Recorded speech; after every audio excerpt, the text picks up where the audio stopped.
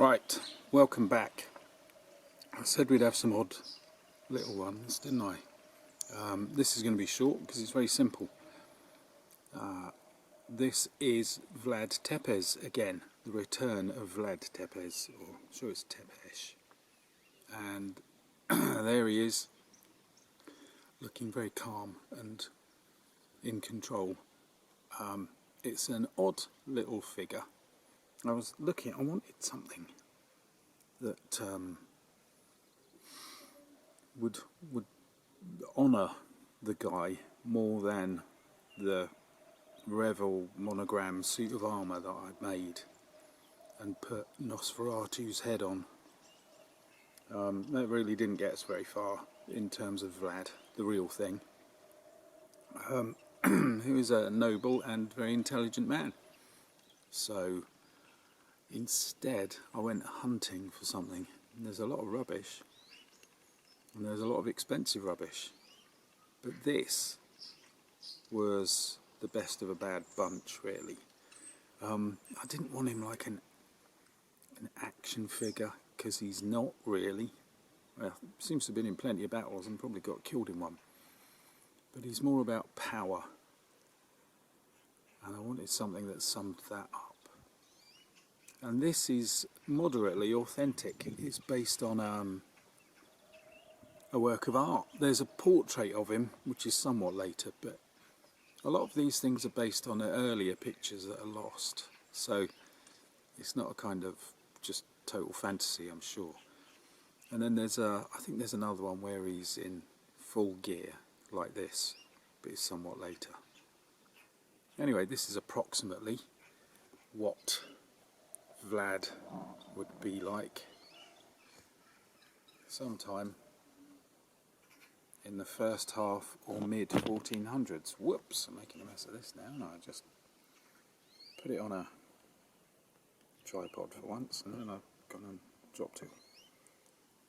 What I'm trying to do is see this man with a bit of light on him. Where can we go? The light just isn't falling. Here we are. That's better. So that's him.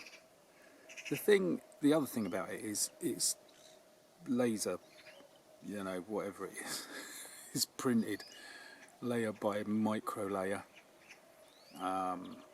So he's all in one piece, and he's a little bit simplistically done. So again, not really heading towards the heavily detailed action man, well, not action man, I apologise, action figure.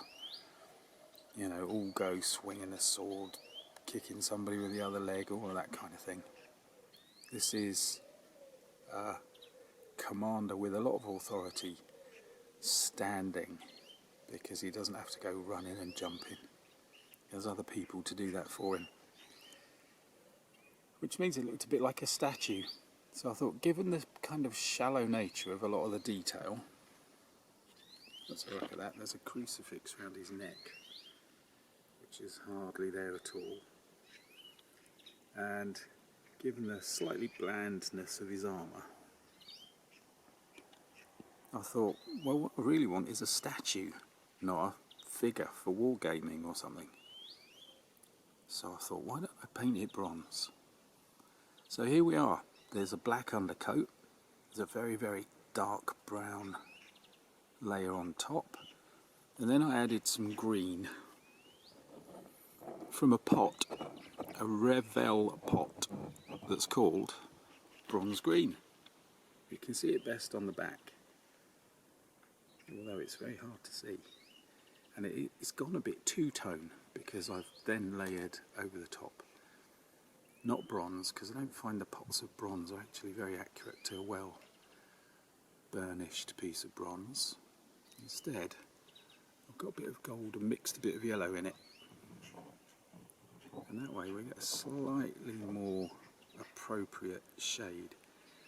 But because this is made up of all those billions of horizontal lines, I've brushed one way with the green and brushed the other way with the gold, and it's kind of two-tone, and I don't think the camera will pick it up, but if you kind of tilt tilt it, you get more green, and then tilt it the other way, you get more gold.